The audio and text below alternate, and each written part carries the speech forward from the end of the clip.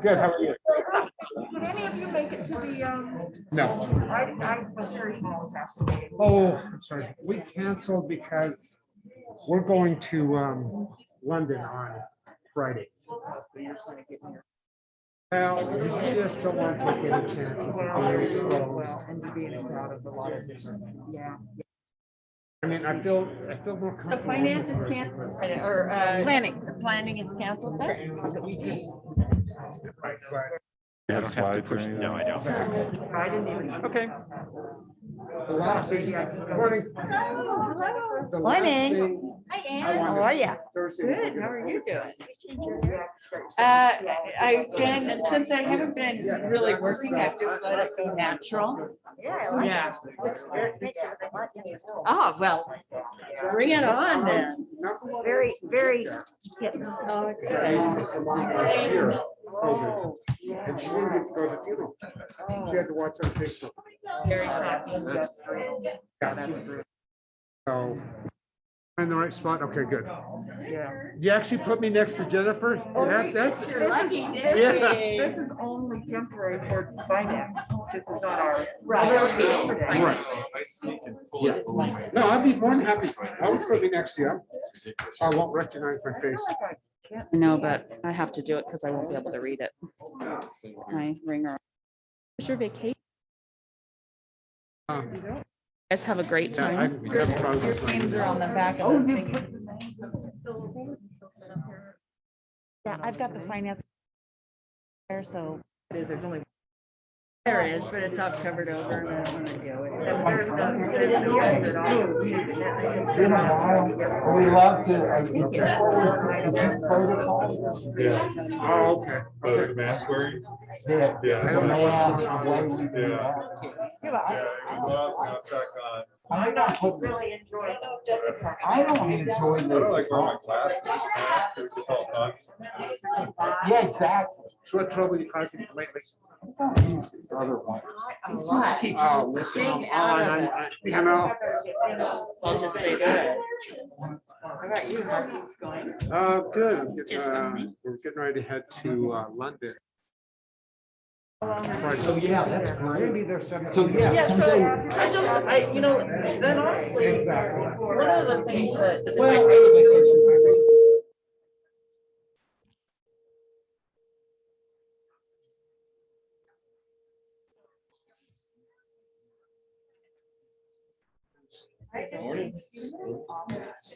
Something. Yeah, no.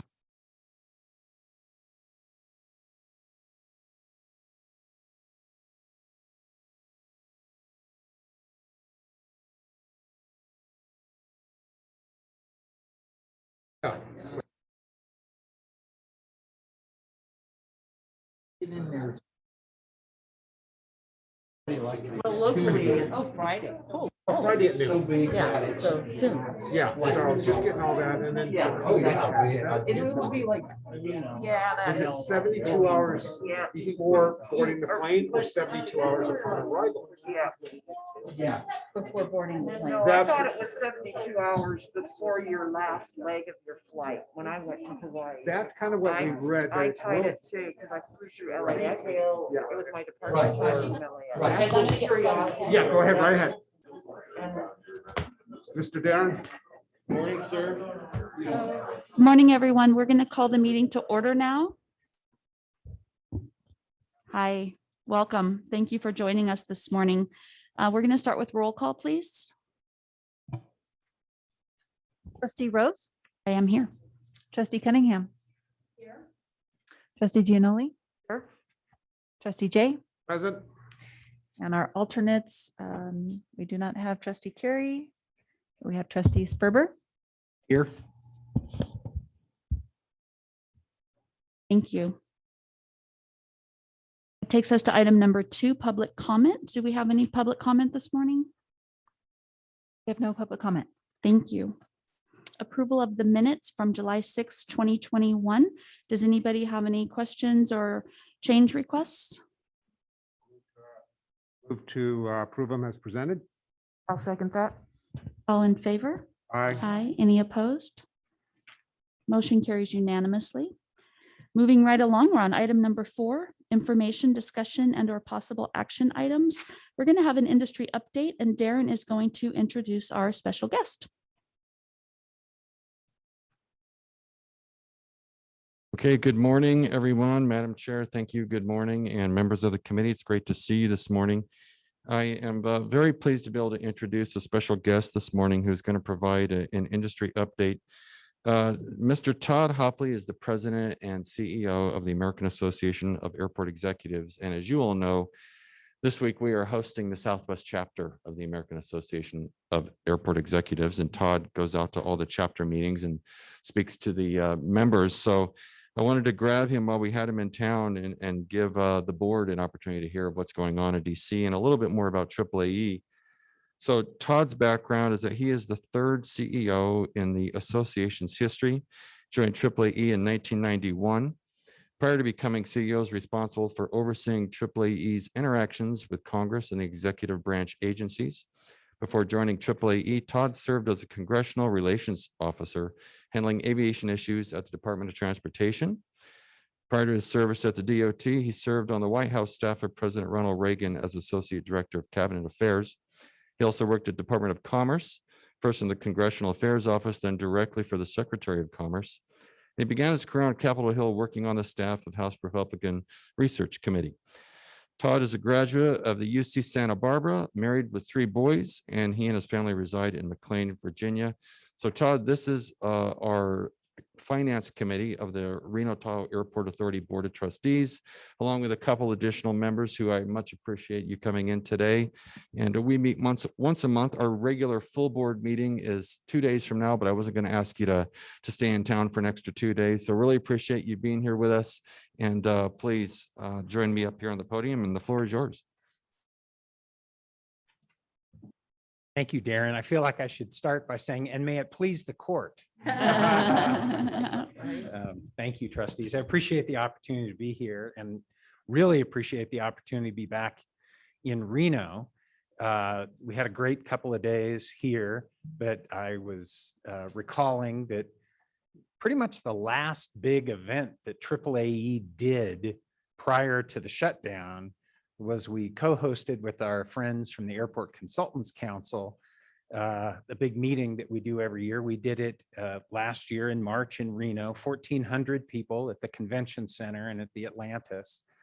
And then I went home for a week, and then all hell broke loose and everything shut down. So yeah, just kind of a nice circle for me to be able to come back to Reno and recall the large meeting that we had here. Also, we had our big annual conference that we do every year, the association's annual conference in 2013, back when Chris Bart was in Darren's position. And so great history of coming to Reno and maybe even sliding up to Tahoe from time to time as part of that as well. So Darren just asked me to talk a little bit about AAAE and then talk a little bit about what's going on in Washington. AAA has been around since 1928, and don't fear, I'm not going to take you through a chronological review of the organization, but just say it's a little bit unique in its structure compared to lots of associations in Washington. Many of those rely on dues primarily to fund their programs. AAAE is very small dues. We try and do lots of products and services and solutions that rely on aviation activity to fund our programs. We do a lot of training. We run a lot of meetings and conferences. On the training side, we have an interactive employee training system that we've had in place for a number of years. And I'm pleased to say that at Reno Tahoe, you've had that in place with us since 2004. We've literally trained thousands and thousands of sessions with your folks over the years. Just a year or two ago, your team here was instrumental in helping us create a human trafficking awareness program where your team helped with the actual script, helped with talent in terms of us being able to film, and we filmed here at your airport for that. We've managed to use our platforms to show that 55,000 times across the country.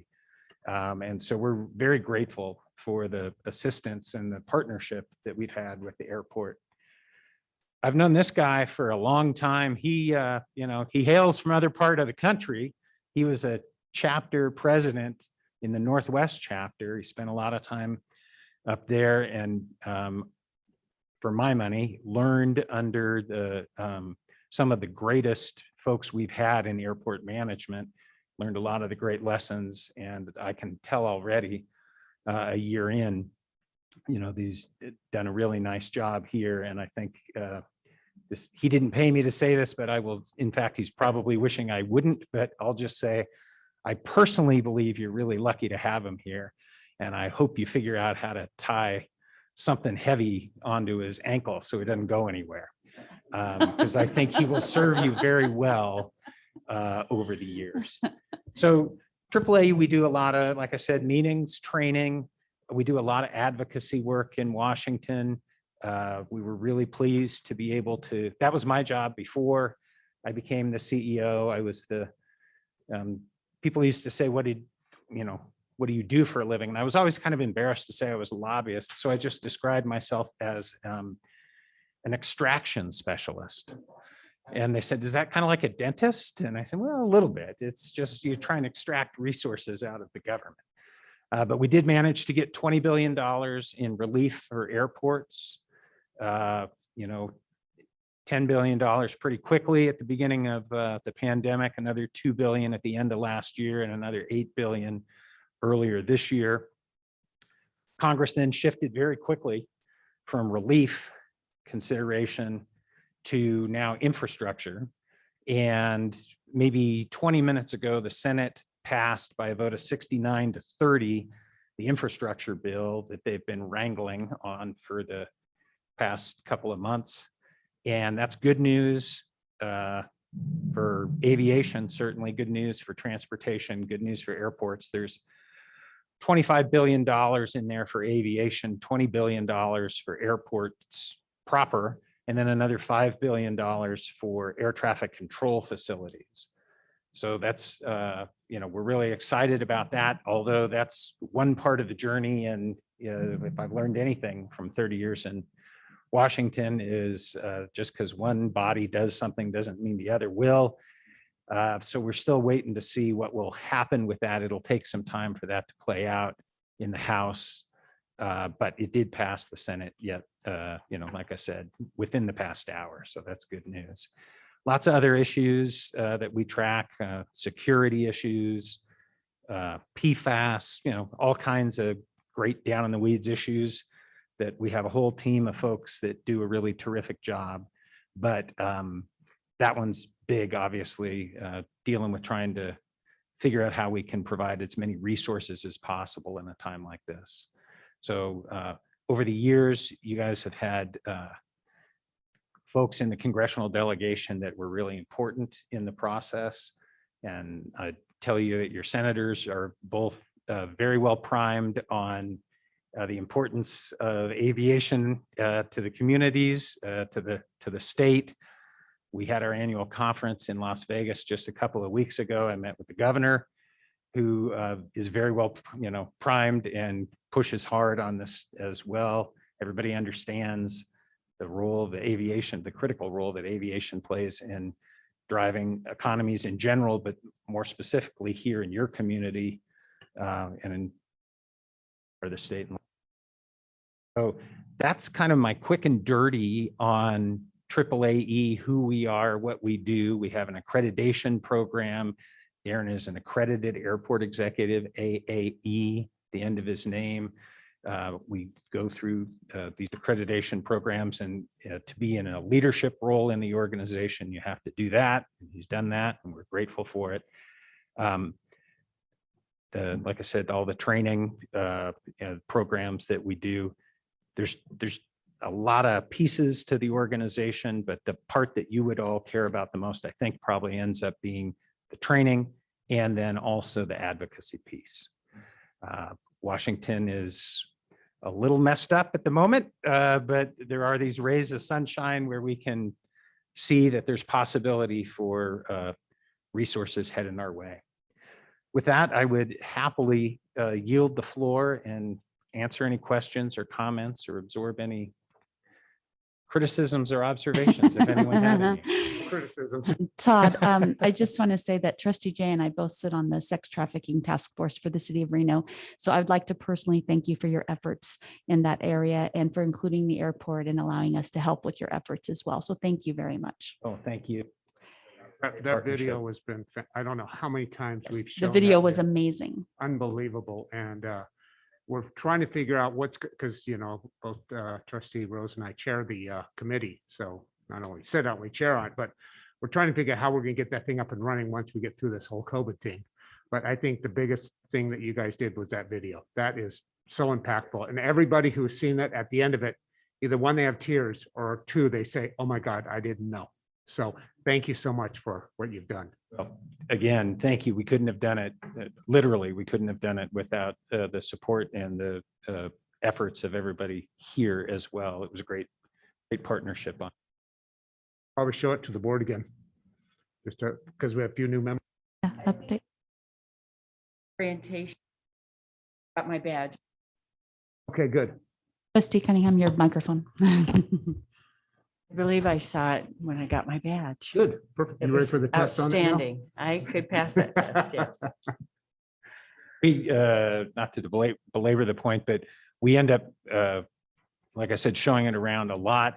And then also there are some key times in the year, major sporting events, Super Bowls and things like that, where the communities that are hosting, we end up showing them because there's a lot of, unfortunately, human trafficking that occurs around those major kind of events, fights in Vegas, you know, whatever, all of it. So thank you very much for the comments on that. Yes. My next question, I think, is more towards Darren.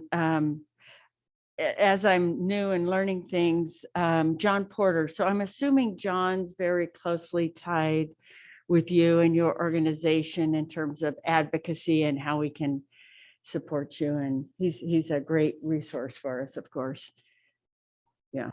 Go ahead. May I Todd. take the Please. first crack at that? Just to say, Absolutely. I've known John for a long time. He's been involved. He's come to any number of our meetings over the years, and he's been great to deal with and understands.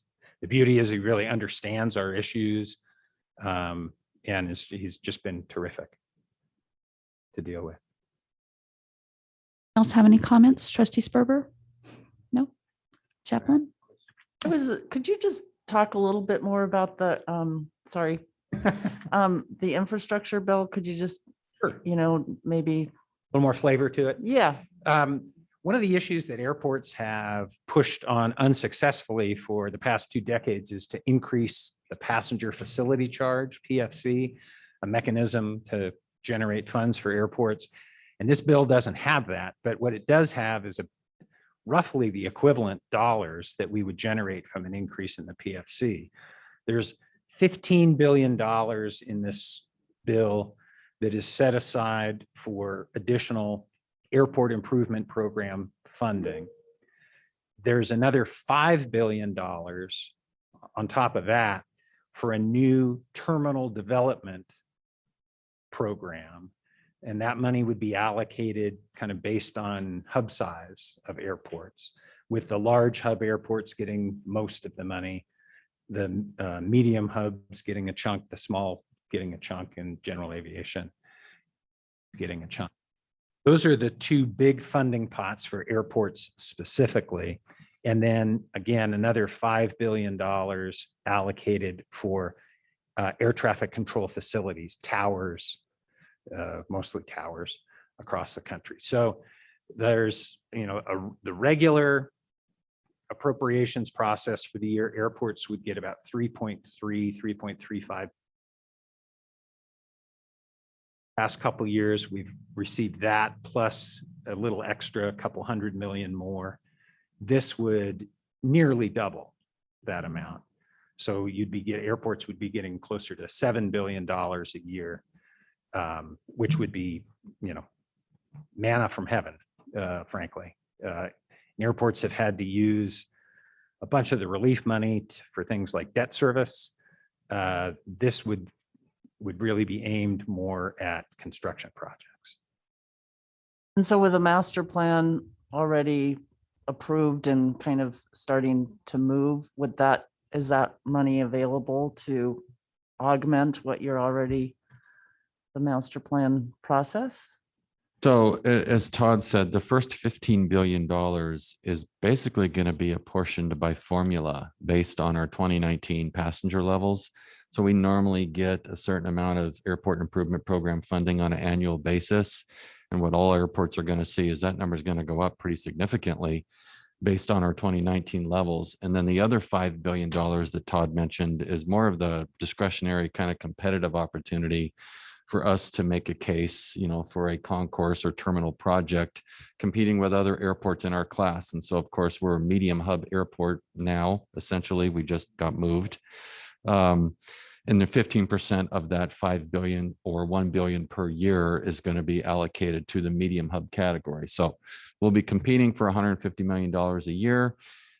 I like our chances. I think we're in the planning stages right now for a pretty compelling terminal redevelopment that I think would meet the intent of what Congress is trying to do here, which is reinvest and redevelop our infrastructure. So we'll see how we do there, but at a baseline, we will get a significant increase in our entitlement, which we will, when we're a little more certain that's actually going to happen, start thinking about how do we apply that to our capital program that, of course, came out of the master plan. So we haven't really started grinding on that yet. I think to Todd's point, we want to get a little further down the road and see how the House approaches this and just how difficult is it going to be to get this package intact and through. But I think there's reason for optimism, generally speaking. I think it seems there's more of a bipartisan effort in this. So we'll keep our fingers crossed. We can certainly use the funding. We are working on some really big stuff. We're going to need money from every direction. And now the timing might be in our favor here. So. And your traffic is back. I mean, Yes. there's a lot of airports. I'm shortly flying to San Francisco where they are down 50% still. They rely so much on international. They are still down 50%. Las Vegas is down 10 or 15% from where they were. They've come back a lot, but you all are back. I mean, I think you're at or maybe even a little above your 2019 numbers, which is fantastic. Darren, did you have a question? I did. Thank you, Madam Chair. So Todd, we spent a lot of time in the airport business trying to understand airlines. And I just wanted to kind of hear from you, your take on the pandemic impacts on the airlines and how you think they're coming out of this, where we're at today or in the next, 6 to 12 months, and kind of just your general thoughts on the industry. Sure. Thanks for the question. I have 3 boys.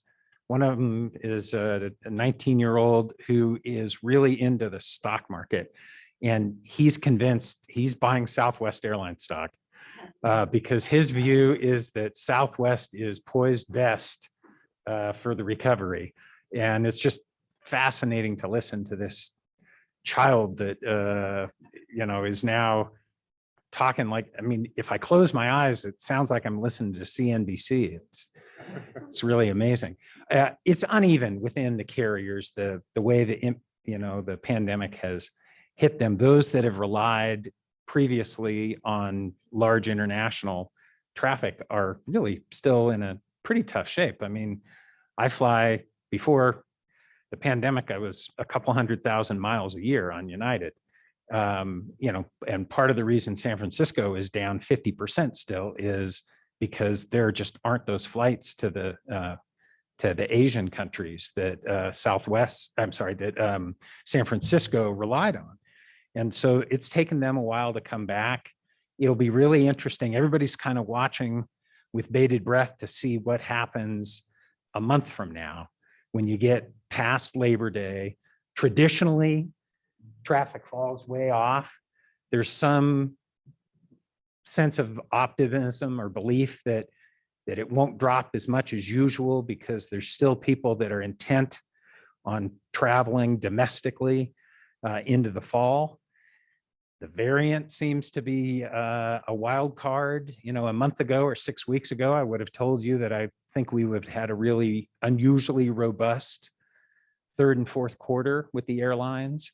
I think that's a little bit of a jump ball at the moment. They're starting to see some softness and some cancellations in advanced bookings, but I will also say this isn't directly responsive to your question, but I was on the phone yesterday with the head of TSA. The mask mandate that is currently in place through September 13th, I look for that to be extended. Whereas 6 weeks ago, I think they were getting ready to remove it.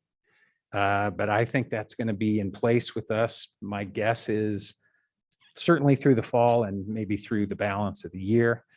Some of these airlines are returning to profitability pretty quickly, but they're facing the same challenges that I suspect all of you are, both at the airport and in the businesses that you are involved in. There's a lot of demand. There still aren't a lot of bodies. They're having trouble getting people back in and getting them trained up.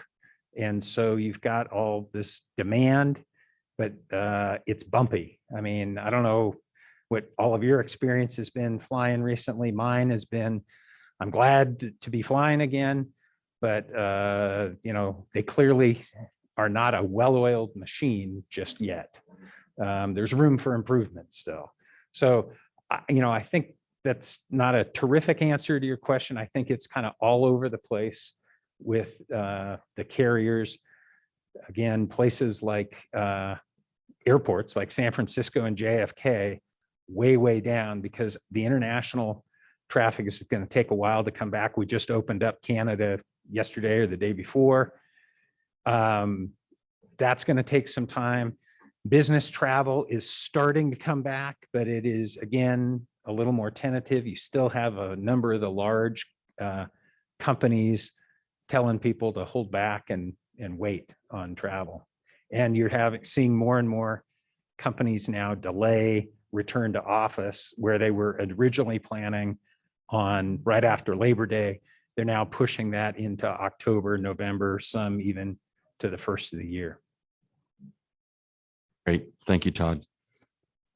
Any other questions, comments? Thank you very much. I appreciate you coming today. Thank you all very much. And again, really appreciate the partnership and the opportunity to work together. Lots of the things that are important to AAAE end up being things that we do together. So thank you all very much. Appreciate Thank you very it. much, Have a Todd. safe flight back. Thank you. That will bring us to item number 5, items for recommendation for approval by the full board at the August 12th, 2021 meeting. 5.1 Board Memo 2021-08-48, authorization for the President CEO to execute a professional services agreement for consultant services for the Reno Tahoe Airport Authority workspace study with H&K Architects in the amount of $100,000. And I believe we have a presentation from Amanda Twitchell. Be a lot of adjusting going on, I'm sure. All right, good morning, Chair, Trustees, CEO, and staff. Amanda Twitchell, Senior Project Manager for the Airport Authority. And as Trustee Rose already said, I'm seeking a recommendation for award or for, recommendation for authorization for our CEO to approve a professional services agreement with HK Architects for an RTA workspace study. And so what is that? Let's see. There we go. All right, so the impetus for this study really stems from over 40 years of changes, remodels, and an effort to carve out space for a growing workforce. Whatever has not been able to be included in the primary admin space here has been put in outbuildings or scattered throughout the terminal. You can see in the image here, kind of, it's an aerial and shows the various locations of all the staff with the RTAA. Some of these locations make sense. Some used to make sense, but maybe don't anymore. And others were put wherever we could, wherever we could find room.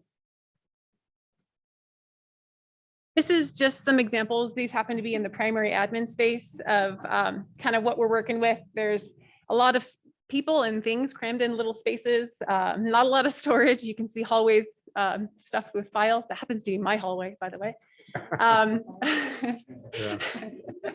a lot of multiple level changes and things like that, and then some very dark, long maze-like halls. Again, leading to my space. So what does that say about us? In addition, the 2018 master plan identified a need for an additional 22,000 square feet by 2036. The master plan looked at various location options, but the preferred alternate located it on the 3rd level above the Concourse C connector. And as you can see here in orange there. So with all of that in mind, the study will primarily focus on landside and administrative functions, but it will also include, at a minimum, a location validation and condition assessment for all RTAA functions. It will then identify short-term and long-term needs, propose possible workspace configuration options at a high level, very conceptual, propose possible location options, identify alternate use options for existing RTAA office spaces, and then prepare a rough order of magnitude cost estimates. So our consultant was selected through a direct select process based on our annual consulting services database. We selected HK Architects, who has done numerous projects for the RTAA, including here at RNO and out at STED. And they're highly qualified for the scope of work for this project. Their work experience includes examples of space planning and workspace analysis, as well as public safety design. So HK Architects will lead the team comprised of HOK, who is a global design, architecture, planning, and engineering firm with extensive aviation experience. Also Henriksen Butler, and they are a company that specializes in workplace interiors and bring a lot of industry research and knowledge and expertise in this specific use. The scope of work includes data gathering and record review, facility assessments, stakeholder engagement in the form of charrettes, small group meetings, and surveys. And the board will have an opportunity to participate in those charrettes if desired. Review existing and future conditions with comparable airports and provide recommendations and potential costs. Tentative project milestones include a project kickoff here this month in August, the first design charrette in September, a workspace strategy workshop in October, the second design charrette in November. We're hoping to receive a draft at the end of November, and then hopefully the final workspace study document at the end of December. We're really trying to line this up with several other things, including the completion of the landside study and the development of the concourse alternatives, because this possibly will fit into where we put it, in some of those projects. The estimate at completion is pretty straightforward. It's $100,000 completely devoted to the study for HK and their team. And the funding is allocated in the fiscal year 21-22 budget under the engineering O&M budget.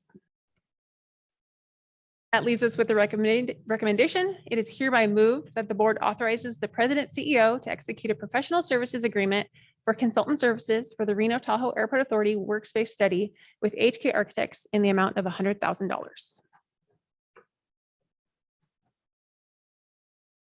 First question, Amanda. Did HK Architects choose Henriksen or did we? They did. They suggested bringing in someone with that specific kind of workspace knowledge, and I think they have a experience working with them.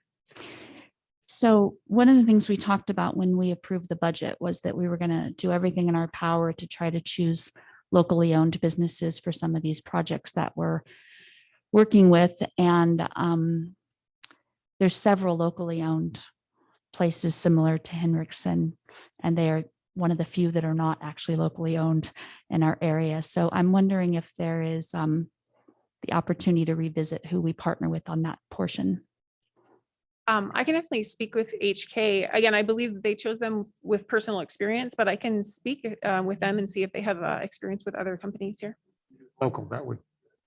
Because, Maccabee would be certainly highly qualified for the same project, and they would be locally owned.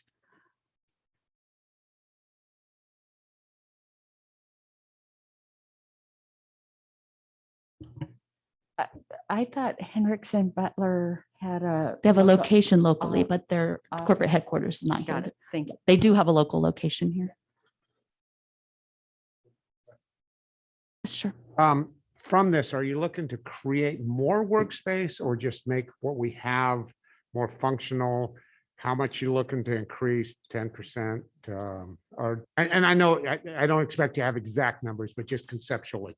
So I think we're looking to do a couple things. One is if we stay here for however long we stay here, what do we do to make it better? I know in terms of space where we currently are, we're just out of it. We've literally carved out every corner possible for people and storage and things like that. But there's things that we can do to possibly make it more functional, more safe, things like that. So I think we're looking at short-term things like that. But I think ultimately we're looking to move elsewhere and repurpose these offices for the airlines or for something else. What else was your question? When you say move, you're talking just within the confines of where we currently are. Because I know at the city council meeting, that question was brought up, usually is brought up about relocating the entire airport, which we know the Oh. feasibility of that. So we're just talking about future expansions, maybe moving the physical where you guys are into the new future expansion. Sure. Yeah, exactly. So, with all these other, projects going on, the Conrack garages, things like that, there's, Darren has experience with people putting offices on top of that. Okay. The master plan looked at possibly putting it on top of the new concourse. So we're trying to, again, the timing, trying to line this up with some of the other projects that we're doing so that we can build it possibly into those locations. There is a possibility that we're a standalone building still on airport property somewhere here. But I think we're also looking at just moving us as our own standalone. Look at building. every possible option. Perfect. I like that. Yes. So I really appreciate Amanda overviewing all of this. And this was something I was thinking about. And then in the April board workshop for the budget, Vice Chair Carey asked me to do something besides think about it and actually get to work on this. So, and I'm glad he did, because with the landside study in progress and the concourse redevelopment study, it's a perfect time to create a plan. We don't have a plan for our space needs. We know we will grow as an organization in the years ahead. We're trying to add one FTE right now. We literally can't find a place to put this person. And you saw the hallway is not staged. I mean, that's what it looks like because there's no place to put record keeping that we have to have. So more than anything, I would like a holistic plan for every occupied space. And some of our space is in the right location, but maybe we need a plan for updating it either, now or in the near term, whether it's just finishes. You saw the police station. We need a plan for a police station. That is not a good location. It's not in the right place in my view. And we need a plan. We need a plan for administrative space. One of the easiest ways to expand a terminal building for public facing needs or concessionaire storage is to get the airport administrative out of it and free that up into revenue generating space. So there's honestly, for the money here, we're getting a tremendous amount of value.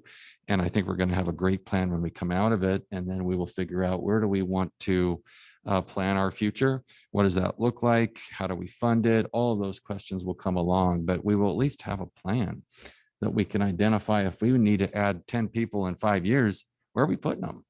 And the more fragmented you get as an organization, especially airport, I think it's harder to create that culture and sense of unity. And I've personally experienced that when you bring everybody together under a single roof, it changes the culture in a positive way.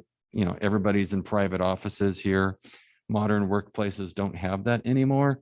That's a scary thought to those that have private offices, but the technology is truly amazing and be able to create privacy and still have an open environment. So I'm excited about what we might be able to do here. And we certainly need the professionals to help us figure it out. And if nothing else, have a long-term plan that will serve this organization well. So I appreciate Amanda is working quickly here because we're trying to piggyback this board. I'm really laying on the work for you this fall. I apologize, but the landside study is going to land in November. We'll be working on that before then. This will be part of that. And of course, the concourse planning study is one of the most important things we have going right now, because when we talk about infrastructure and funding, that is going to be the 800-pound gorilla to solve for.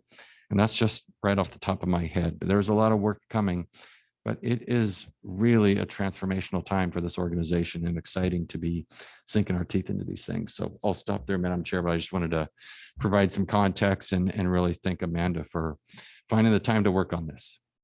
Yes, Amanda, thank you very much. And based on Trustee Cunningham's question, I probably should state that I feel confident that they're not locally owned, but I'm not 100% sure. So I think maybe we should just double check that first. Sure, absolutely. Okay. Does anyone else have any other questions? After that tour of the police station, this really rings home how bad we need this. And the picture with all the stuff down the hallway, which could pose lots of challenges. I appreciate your work on this. Excellent timing. I mean, we're kind of at this going up the hill, and it's a great time to be doing this. It'll be up with. Trustee Cunningham. I just wanted to emphasize, I think it's so exciting and the time is right, and how exciting for your employees, for the employees of the airport to see that management really wants to enhance their workspace, and a decade behind, I think. And as you're trying to retain talent and attract new talent, you want modern offices and something pull everyone together for the culture. Couldn't agree with that more. So thank you. And I should have raised that point. Thank you so much, Trustee Cunningham, for saying it. We've talked about this as an executive team, that employers have to compete for talent now more than ever before. And while certainly compensation benefits are part of that, your work environment is a huge influencer in your level of satisfaction where you work. And as you walk around here, it's a challenge. We can try and dress it up a little bit, but there's only so much you can do. And I think a paradigm shift in terms of what that work experience could be it is exciting. But thank you for pointing that out. I forgot that piece. Should we entertain a motion? Approve as presented. I feel like I'm talking in. Have a second? Second. All in favor? Aye. Any opposed? Motion carries unanimously. Thank you very much.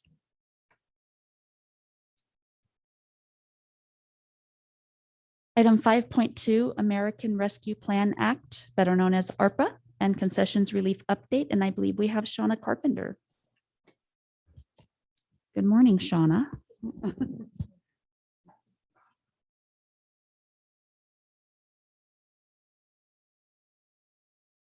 Rose, trustees. For the record, I'm Shauna Carpenter, and I will be presenting an update today on not only the federal relief allocations and where that stands, but also our plans for additional supplemental relief. You'll see the overview here of what we're going to work through today. First, we have information on the ARPA allocations. In addition to that, we do have some plans we're developing for RTAA funded relief. As you see here, that would be for in-terminal concessionaires looking retroactively at last fiscal year, in addition to this fiscal year. And we'll go through the specifics on that as we move forward. The other part of it is a possible relief plan for our airport rental car operators as well.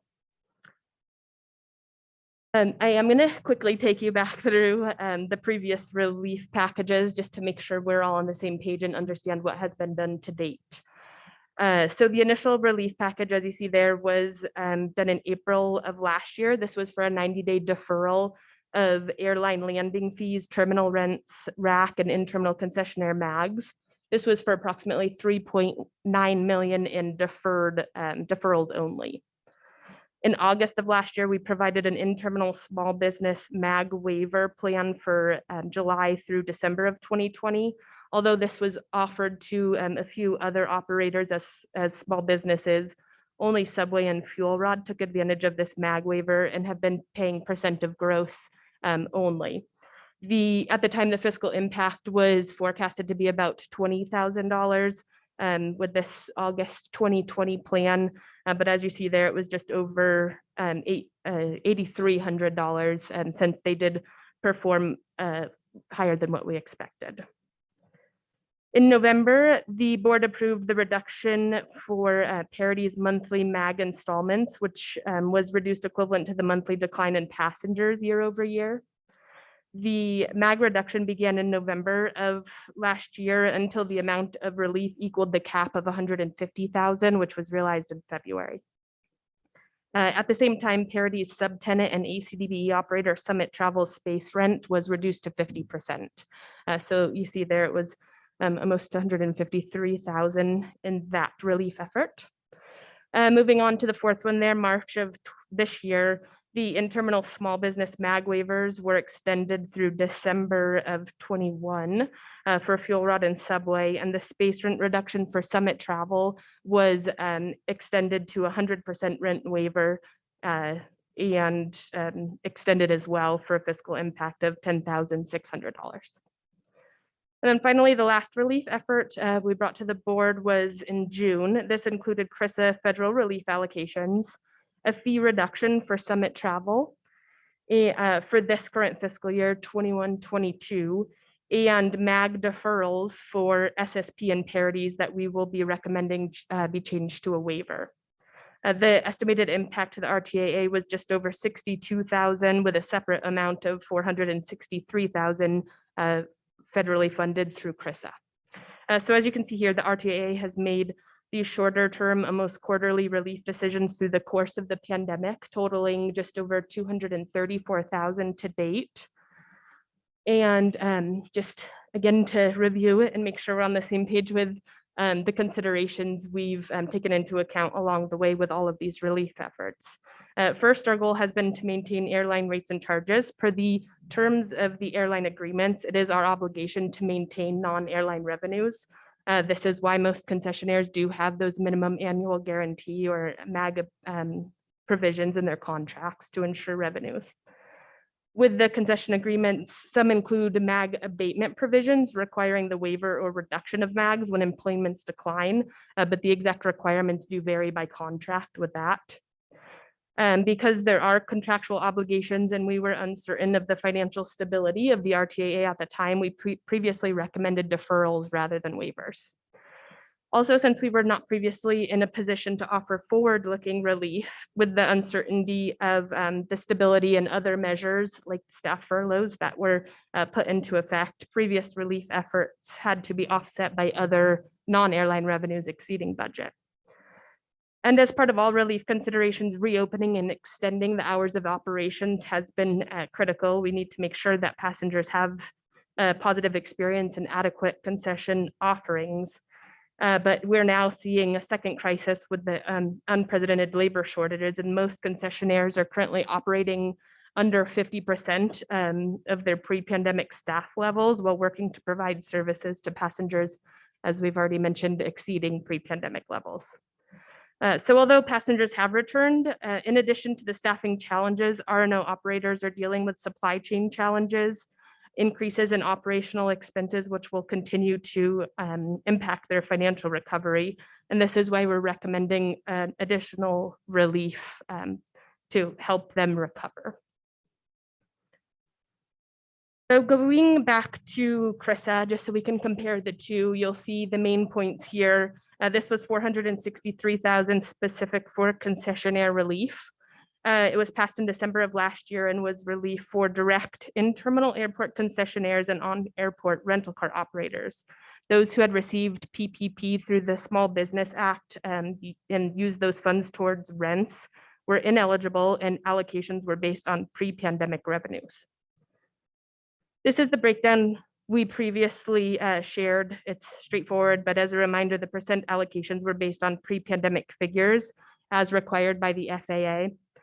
So this means all revenues paid to the RTAA during the pre-pandemic period we looked at were totaled and then broken down into these percentages you see here to come to the total allocations through through CRISA.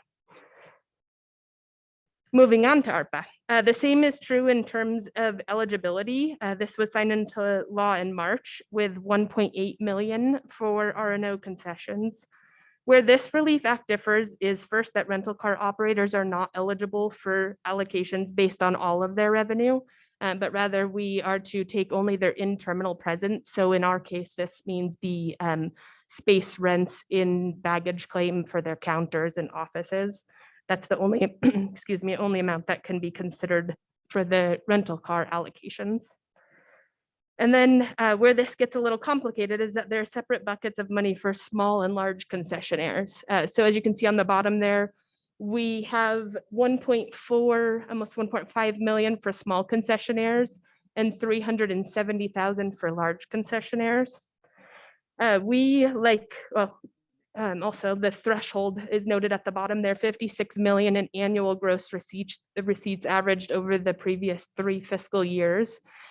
We, like many other airports, interpreted this to mean at the local level, since it was not specified in the FAA guidance.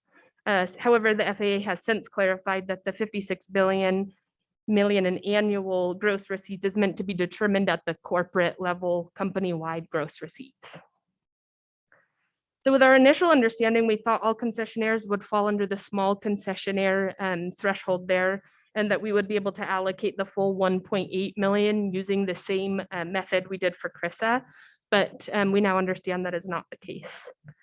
There are still many outstanding questions from airports across the nation, similar to the questions we have. We're hoping to receive additional published guidance, but we're uncertain as to when or if this will happen, so we are working at another plan.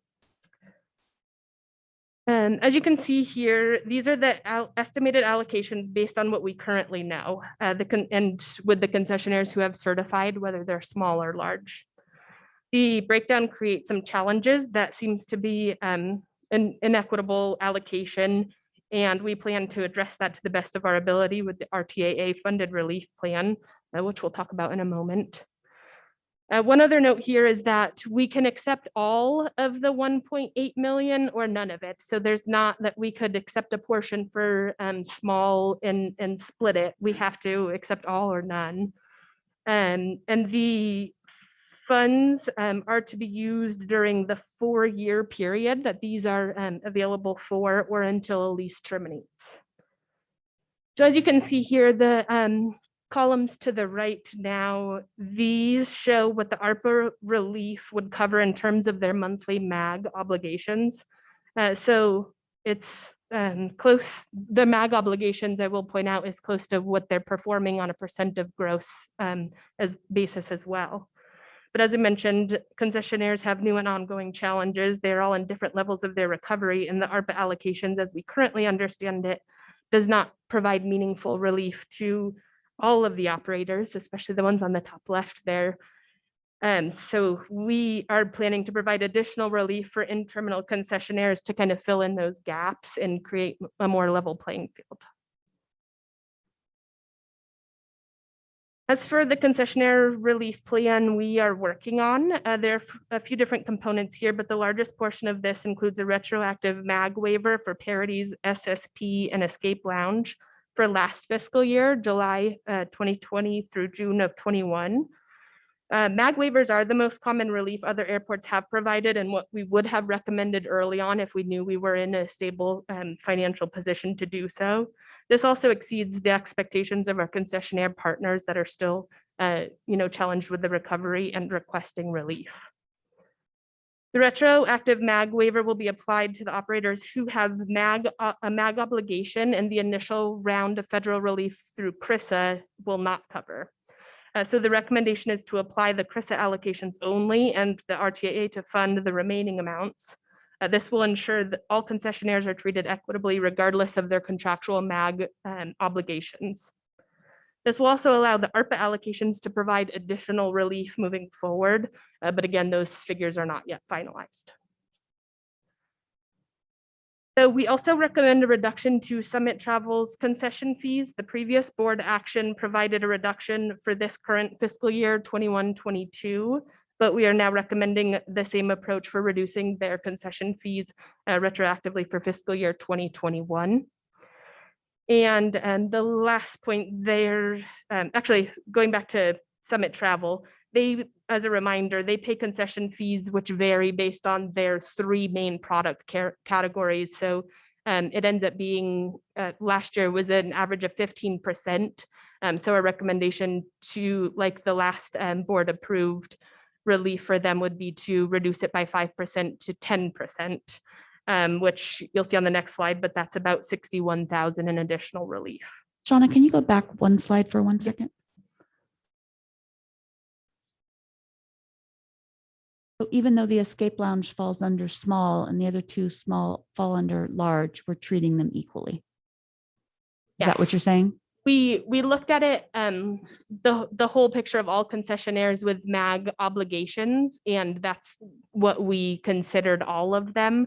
There were a few other minor ones who had MAGs that we would recommend waiving for last fiscal year, but the initial round of CRISA relief did cover that.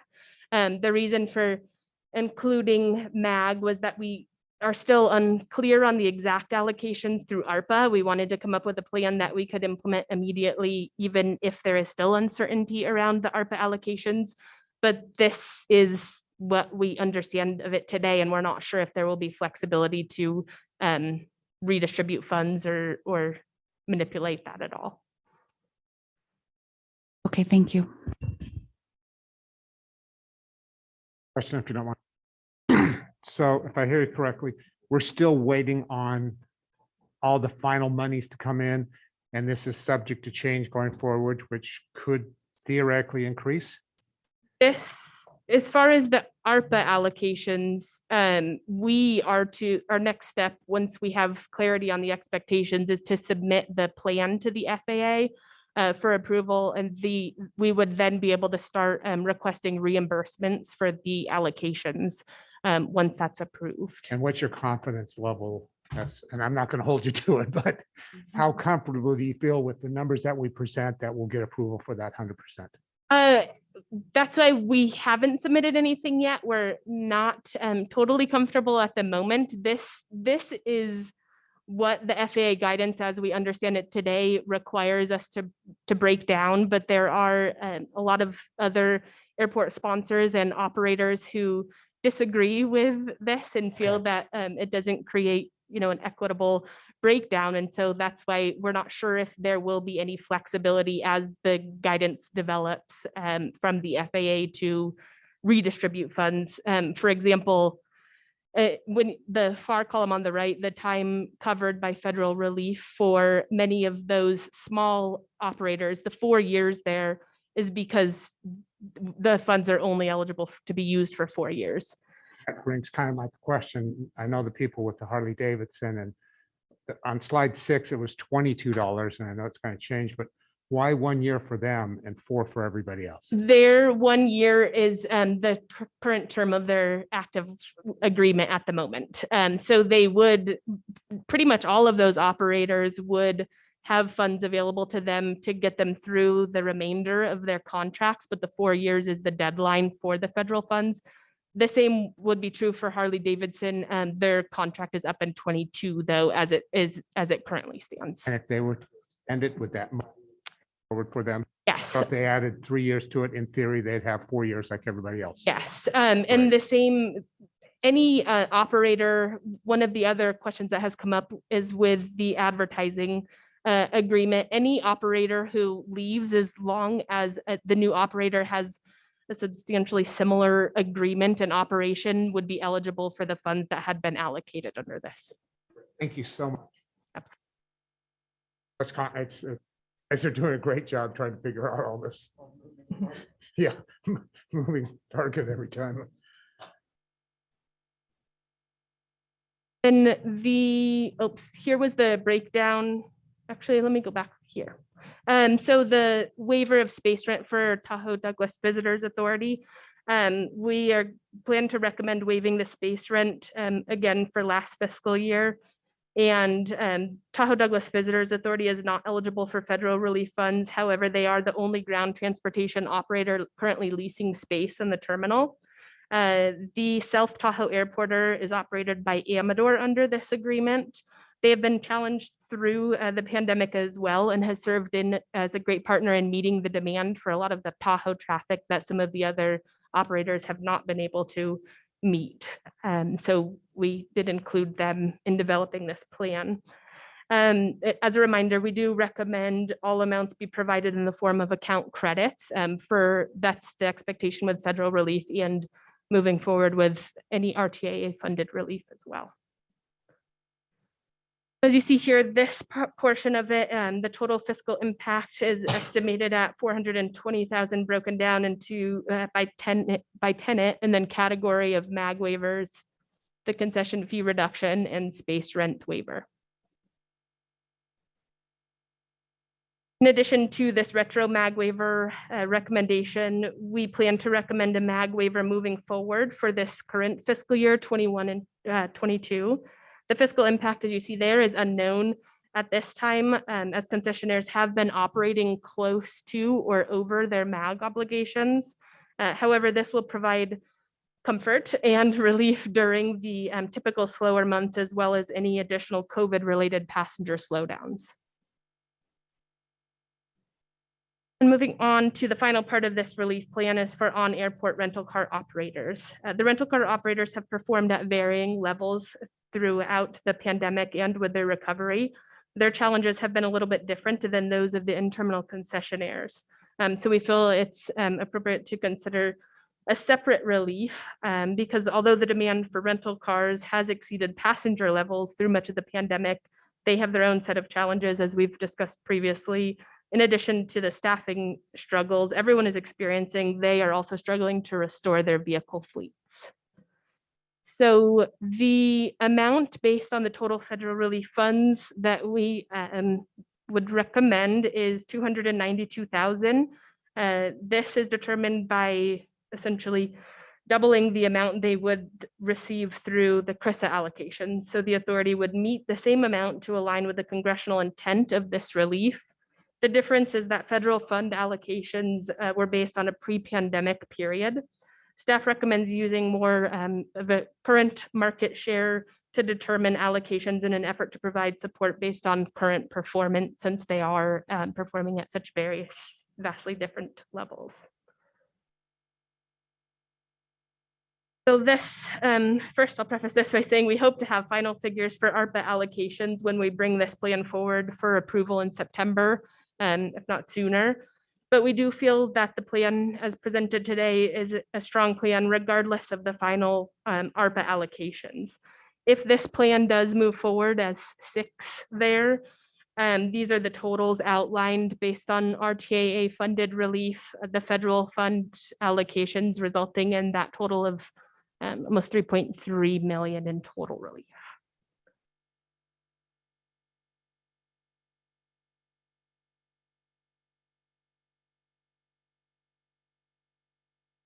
Not sure if you'll know the answer to this question, but have the rental car companies, are they back to profitability, or do we have that information?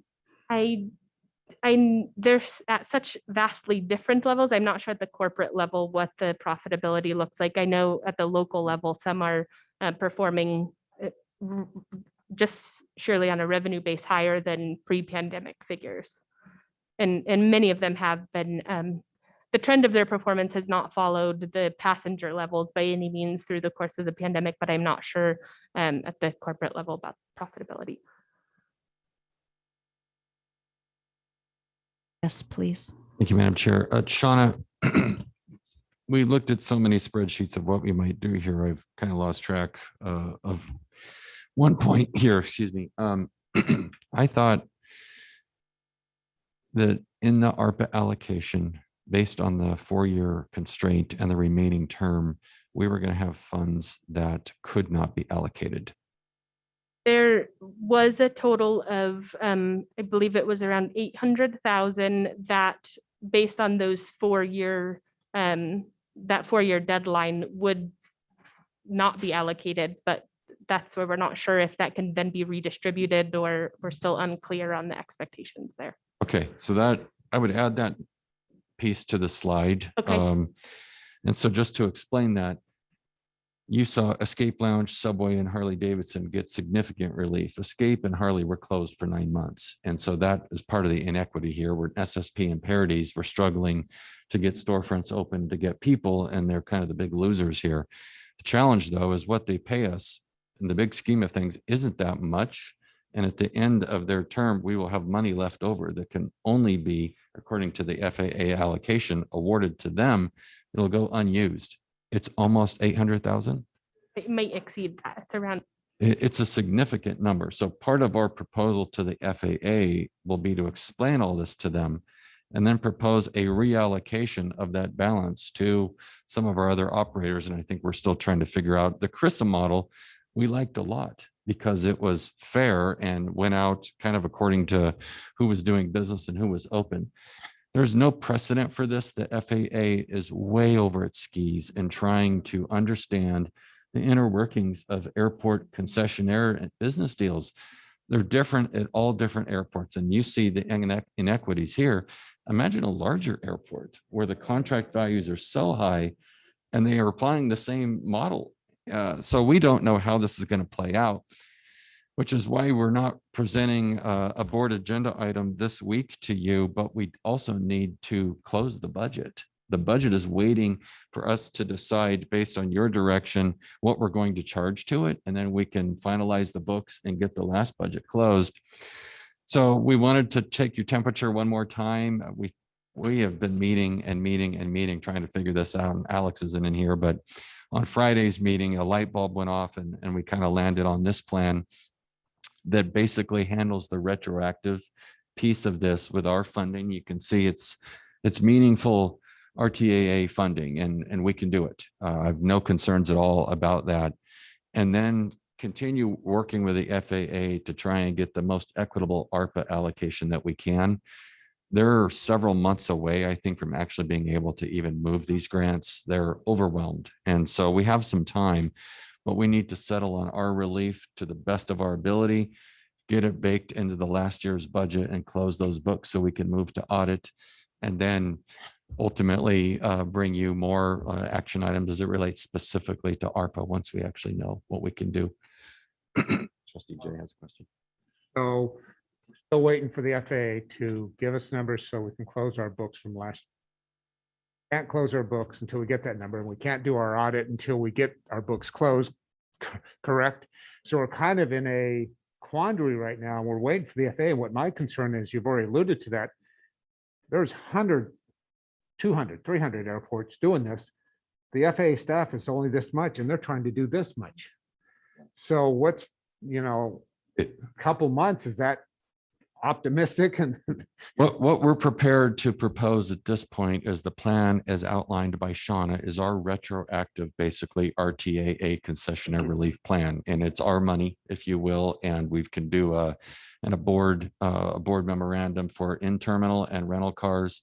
The board can approve it and we will execute that relief plan. At some point, we will bring you a third leg of the stool, which will be the ARPA allocation. We're anticipating with our relief plan what that may look like so that we can make it as equitable as possible. But there may be an appeal process. There may be legal action on ARPA. We honestly don't know where it's going to go. So this way we can basically charge our budget with what we're putting into it and close the books. And then we'll be back to the board when we know more about ARPA. Hopefully it gets equitable. The worst possible outcome here would be $800,000 dedicated for RNO that's left on the table because their methodology is so flawed. We may have to really go a long ways up the food chain to take that on, but we're not there yet. But we do need to take action. So I really like the plan the team has come up with retroactively. It provides additional relief to essentially everybody and accounts for a really challenging year one of the pandemic. I think going to % of gross for this fiscal year is also a really significant move because we are not out of this. The Delta variant is getting worse every day, it seems like, and we don't know what the impacts on air travel will be and concessionaire sales. And to the extent they don't have to worry about a MAG until maybe next fiscal year, starting July 1st, 2022, that is, I think, an excellent move for us to make as an airport. I know it will be well received by the concessionaires. And honestly, where we're at right now, it's just fair, considering the volatility. I mean, we are at our 2019 levels. It's drifting down a little bit now. I expect it to fall off some this fall. We have no idea how steep that may be. Maybe it won't be that bad, but I think we need to try and be fair and just flexible right now. So I'm just trying to provide some context to the board because this has been an incredible exercise to try and navigate. Point. From your perspective, Randy, the retroactivity piece, once you can get that booked and taken care of, you can move forward with your audit, or is that, do you have other pieces that are hanging out there? Morning, trustees, Randy Carlton, CFO. The one piece that where we do have clarity and what we've been talking about is the retroactive amount of 420,000, which applies to last fiscal year that ended on June 30th. So that's the item that CEO Griffin mentioned that we would be coming back. If we have to piecemeal this plan, we would get approval for that part of it. We would then, enter that transaction into our general ledger to offset our revenues by that 420,000, close our books, move forward with the audit and the airline settlement. You've got statutory requirements when your audit has to be done and prepared, and I'm sure they haven't changed those at all. No, they haven't, and that will be to come back to the board in December with the audit. They typically finish their field work in October.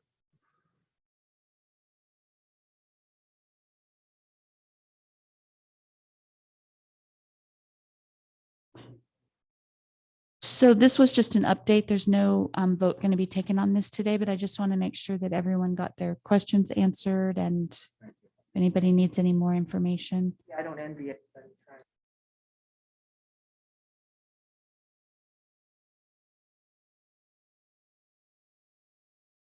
Reminds me of MC Escher painting, stairs going up this way, and down this way.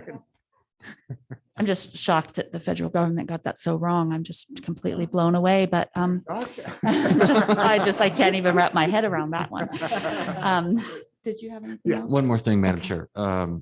There is no vote. We have briefed Vice Chair Kramer on this plan just so he was not completely trying to understand it in his leadership role that he will have on Thursday. After that final check-in, we have a board workshop that I think Lori has calendared for later this month to talk about the landside study.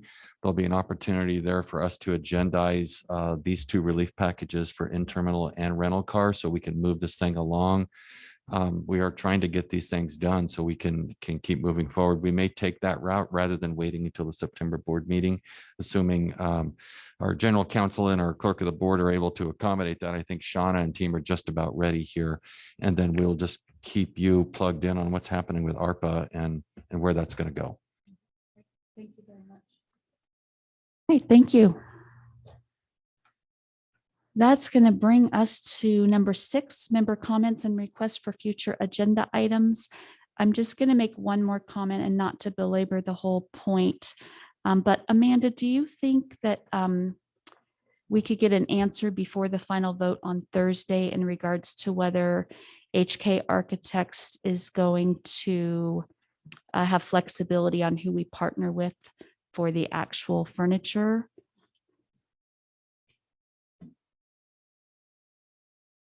Rose, Chris Cobb, engineering construction manager. So just to be clear on this, and this is a professional services agreement, so we're not selecting any materials. H&K is our lead designer on that. We will touch base with them and see. This is their HOK and the other company, Henriksen. They're just providing input on what those spaces could look like. There's no design, there's no selection of equipment. We will talk to them, see if there's anybody local that gives that. They had put this team together to really give us that overview of what these spaces potentially could be. There is, Amanda said, there's no, we won't have any drawings saying this is how it's going to look. It's more, they're giving that interpretation of here's what we've seen going across the country for workspaces. Here's what that could be. So as we look at these admin spaces or police spaces or things like that, almost think of them as different colored Legos. So as this comes together, they're going to say, hey, this admin area and the CEO's area could look like X. AED area could look like this or this. And these are the concepts that are out there for office spaces. Does that kind of help? Oh, better? I do understand perfectly. Okay. But because this is my industry, Mhm. I will tell you that the person that is involved in the initial design will go out of their way to make sure that what they show you it can look like is something specific to them. And even if they don't, I'd still like to see, I mean, that's just really the way it's played. Absolutely, ma'am. Whoever's in there first is who's in there last. It's just the way it works. And I know this all too well. But with that said, regardless, I'd still like to see the portion of the $100,000 for the study go to a locally owned company if humanly possible. And secondly, I will say there absolutely is locally owned companies in this town capable and that have done award-winning work and that have done buildings 10 times this size. They exist here. So we don't have to go outside if we don't choose to. So I'd just like to know if there's any flexibility. At the end of the day, we might decide that they're best, but I don't know that I want to lock myself in to that today. Yes, ma'am. Okay. Thank you, though. Absolutely. Thank you for your explanation. Of course. So I will talk to Max with HK. Like I said, they did select them. We didn't direct them I to. understand. So, but just, they did have some specific, functions that they wanted them to do basically. And so if there's another firm that a company that can do that, then we'll have them look at that. So I'll talk to Max and see what they were specifically having them do and if there's other options for that. Okay, great. Thank you very much. And could you let us know before Thursday? I will try. Yes. Thank you. Thank you very much. Does anyone else have any comments, requests? I'm sorry, member comments or requests for future agenda items? All righty then. Number 7, monthly administrative reports. Does anybody have any questions or need to get additional information regarding items 7.1 through 7.6? Public comment, please. I have no public comment. Really? We always have public comment. Did we do an over under on this meeting? We did not do an over under on this meeting. Okay, well, that takes us to adjournment. Thank you all very much for being here and for the wonderful presentations. Have a great day. Thank you. Good job.